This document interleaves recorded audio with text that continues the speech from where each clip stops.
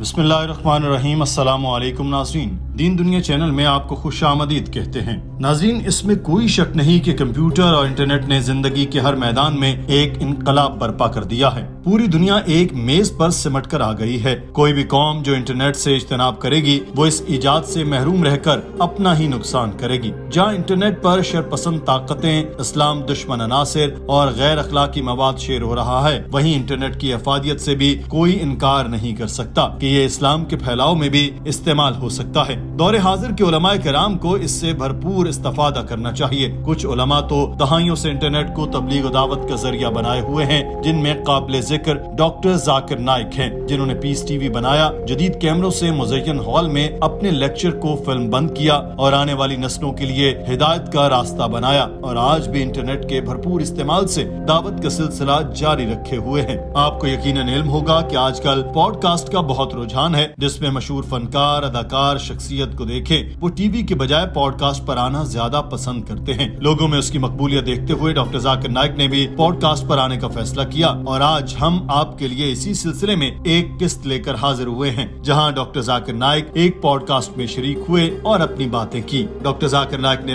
پوری امت مسلمہ کو پہلے تو سلام پیش کیا، اور پھر انہوں نے اپنی تبلیغ کے سفر کی رودات بیان کی۔ انہوں نے بتایا کہ میرے شروع کے سفر سے متعلق تو لوگ جانتے ہی ہیں، بہت مرتبہ بتا بھی چکا ہوں۔ آج میں اپنی گفتگو کا آغاز 2014 سے کروں گا، جب تک میں بھارت میں بلا خوف و خطر رہ رہا تھا اور دعوت تبلیغ بھی کرتا تھا۔ بہت پرسکون ماحول تھا۔ پیس ٹی وی بھی دعوت کے کام میں بڑھ چڑھ کر حصہ لے رہا تھا۔ پھر 2014 میں بھارتی وزیر اعظم مودی کی حکومت آ گئی۔ 2016 تک تھوڑا بہت سکون رہا۔ پھر 2016 میں ووٹ بینک کے لیے مودی نے اسلامو فوبیا کا پرچار شروع کیا، اور میں اس کا پہلا ہدف تھا۔ پھر ڈھاکہ میں ایک بم دھماکہ ہوا۔ جن دہشت گردوں نے دھماکہ کیا، ان میں سے ایک دہشت گرد نے مجھے فیس بک پر فالو کیا ہوا تھا۔ ڈھاکہ نیوز پیپر نے آرٹیکل لکھا کہ ڈھاکہ دھماکے کا ایک دہشت گرد ڈاکٹر ذاکر نائک کو فیس بک پر فالو کرتا ہے۔ بھارتی میڈیا نے اس آرٹیکل سے یہ لائن اٹھائی اور کہا کہ دہشت گرد ڈاکٹر ذاکر نائک کی تعلیمات سے متاثر تھے۔ ڈھاکہ نیوز پیپر نے اس کی تصحیح کی اور کہا کہ ہم نے کبھی ایسا نہیں کہا کہ دہشت گرد ان کی تعلیمات سے متاثر تھے، بلکہ یہ کہا تھا کہ ایک دہشت گرد فیس بک پر ان کو فالو کرتا ہے۔ مگر بھارتی میڈیا نے اس چیز کا پیچھا نہیں چھوڑا، اور اسی وجہ سے مجھے ہجرت کر کے 2016 میں بھارت سے جانا پڑا۔ میں نے دیکھا کہ دنیا کے سارے ممالک میں سے ملائیشیا ہجرت کر کے بسنے کے لیے بہت اچھا تھا، تو میں نے وہاں ڈیرے ڈال لیے، اور الحمدللہ میں نے کبھی نہیں سوچا تھا کہ وہ دہشت گردی کا الزام مجھ پر لگائیں گے، کیونکہ میں نے بھارت میں تقریباً ہر جگہ جا کر دعوت دی تھی۔ میں بھارتی پولیس اکیڈمی میں بھی گیا اور جوانوں سے مخاطب ہوا۔ میں نے تو دہشت گردی کے خلاف ہمیشہ آواز اٹھائی تھی، اور انہوں نے مجھے ہی دہشت گردی میں نامزد کر دیا۔ اس کے بعد انتقامی کارروائیاں بھی بہت کی گئیں۔ بھارتی خفیہ ایجنسیوں کو میرے پیچھے لگایا گیا۔ انہوں نے میرے خلاف خود ساختہ ثبوت اکٹھے کیے اور پھر ایک ٹریبونل کو بھیج دیے، جس نے پہلی ہی سماعت میں ان ثبوتوں اور شواہد کے بخیے ادھیڑ دیے اور کہا کہ یہ بندہ کیسے دہشت گرد ہو سکتا ہے۔ اس نے اپنے لیکچر میں ایک بھی ایسی بات نہیں کی جو دہشت گردی کے بیان کو تقویت دیتی ہو۔ ایک ہندو شخص میری گارنٹی دے رہا تھا، جو ایک قسم کا ان لوگوں کے منہ پر تھپڑ تھا جو میرے خلاف ہر روز نئے سے نیا بیانیہ بناتے تھے اور مجھے دہشت گردی سے جوڑنے کی کوشش کر رہے تھے۔ مگر پھر ایک واقعہ ایسا ہوا جس نے مودی حکومت کو بھی گھٹنے ٹیکنے پر مجبور کر دیا، اور ان کو مجبور کیا کہ وہ مجھ سے درخواست کریں، مگر وہ بھی مسلم دشمنی کی تھی۔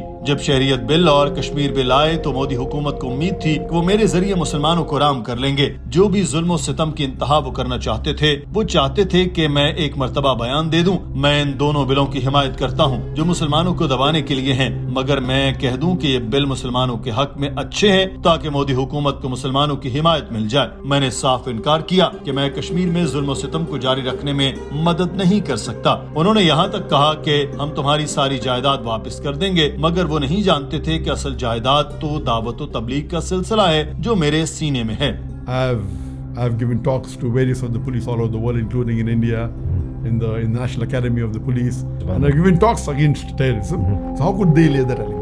ڈاکٹر ذاکر نائک نے بتایا کہ اللہ تعالیٰ نے مجھ پر بہت مہربانی کی۔ جب ہم نے ہجرت کی تو اللہ تعالیٰ میری دعوت کا سلسلہ مزید بڑھا دیا اور پہلے سے زیادہ لوگ میری بات سننے لگے۔ اسی دوران ہم نے میکنزی کو بطور کنسلٹنٹ ہائر کیا۔ یہ دنیا کی بہترین کمپنیوں میں سے ایک ہے۔ ہم سوچ رہے تھے کہ کیسے ہم پیس ٹی وی کو آگے بڑھائیں۔ جب میں دنیا میں نہیں رہوں گا تو کیسے دعوت کا سلسلہ جاری رہے گا۔ ہماری ممبئی دفتر میں 500 ملازم تھے جن کو ہم تنخواہ دیتے تھے، ان کا گھر روزگار چلتا تھا، مگر حکومت نے ہماری ساری تنظیموں پر پابندی لگا دی. ہم سوچ رہے تھے کہ سارے تو ممبئی میں ہیں اور میں وہاں موجود نہیں تو سب کیسے چلے گا. ہم کنسلٹنٹ کمپنی سے اسی بارے میں بات کرتے رہتے تھے مگر ہم یہ بات بھول گئے تھے کہ اللہ تعالیٰ بھی موجود ہے. جب میں نے ہجرت کی تو کوئی اسٹاف موجود نہیں تھا. ملائیشیا میں بغیر کسی تنخواہ دار اسٹاف کے اکیلے کام شروع کیا اور کامیاب بھی رہے. اللہ تعالیٰ قرآن پاک میں فرماتا ہے کہ اگر اللہ تمہاری مدد کرے تو کوئی تمہیں ناکام نہیں کر سکتا. اگر اللہ تمہیں ناکام کرنا چاہے تو کوئی تمہیں بچا نہیں سکتا. تو میکنزی نے بھی کبھی اس بارے میں نہیں سوچا تھا کہ اللہ تعالیٰ ہی بہترین منصوبہ بندی کرنے والا ہے. تو ملائیشیا میں جب ہم نے کام کیا تو ہمارے سننے والوں میں اضافہ ہوا. ہماری دعوت کے انداز میں نکھار آیا. بھارت میں ہم زیادہ تر مسابقتی مذاہب کے لیکچرز پر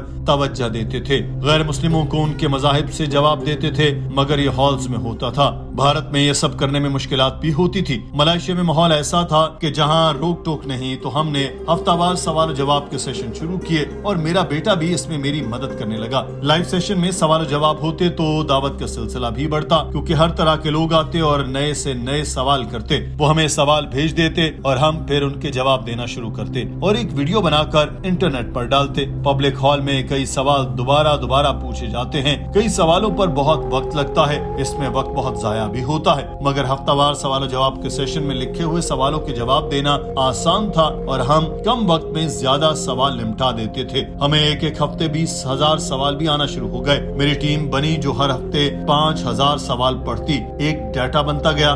2 سالوں میں ہزاروں سوال مجھ سے پوچھے گئے. ڈاکٹر ذاکر نائک نے بتایا کہ اللہ تعالیٰ نے ہمارے سننے والوں کی تعداد میں ایسا اضافہ کیا کہ ہم خود بھی دنگ رہ گئے. فیس بک پر پہلے میرے 14 ملین فالوورز تھے وہ بڑھ کر 23 ملین ہو گئے. یوٹیوب پر 4 لاکھ سبسکرائبر تھے مگر وہ بھی بڑھ کر 33 لاکھ ہو گئے. تو میں نے محسوس کیا کہ سٹاف کے بغیر بھی میری دعوت بڑھ رہی تھی اور اللہ تعالیٰ اس میں میرا مددگار تھا. مودی کی حکومت نے میری ساری جائیدادیں چھین لی مگر یہ میرے لیے ایک نعمت تھی. میں اللہ تعالیٰ سے دعا کرتا تھا کہ میری زندگی اور دولت چاہے چلی جائے مگر دعوت کا کام مجھ سے لیتا رہے. ہجرت کی تو اللہ تعالیٰ نے میری آدھی دعا سن لی. دولت مجھ سے واپس لے لی. اب میں آدھی دعا کا انتظار کر رہا ہوں کہ وہ میری جان بھی اپنی راہ میں لے لے.